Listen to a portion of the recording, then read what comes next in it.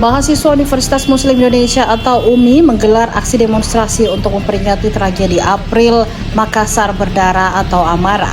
Pantauan tribuntimur.com pada Kamis 24 April 2025 sore, aksi dilakukan oleh Aliansi Mahasiswa Pergerakan Mahasiswa Islam Indonesia atau PMII se-UMI dengan menutup setengah ruas Jalan Urip Sumoharjo tepat di depan kampus 2 UMI.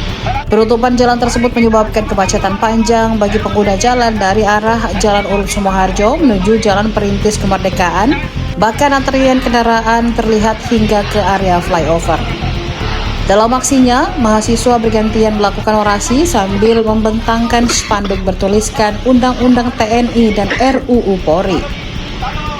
Koordinator aksi Reza menyampaikan bahwa demonstrasi tersebut merupakan bagian dari peringatan tragedi Amara yang setiap tahunnya digelar pada 24 April.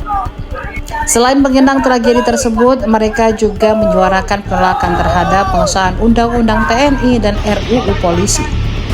Menurut Reza, kebijakan tersebut tidak sejalan dengan kepentingan masyarakat luas. Akibat kemacetan yang ditimbulkan, Reza menyampaikan permohonan maaf kepada pengguna jalan yang terdampak. Kebetulan untuk aksi ini itu memperingati tragedi kampus, yaitu yang bisa disebut Amara atau April Makassar berdarah. Kira-kira ada apa yang membawa?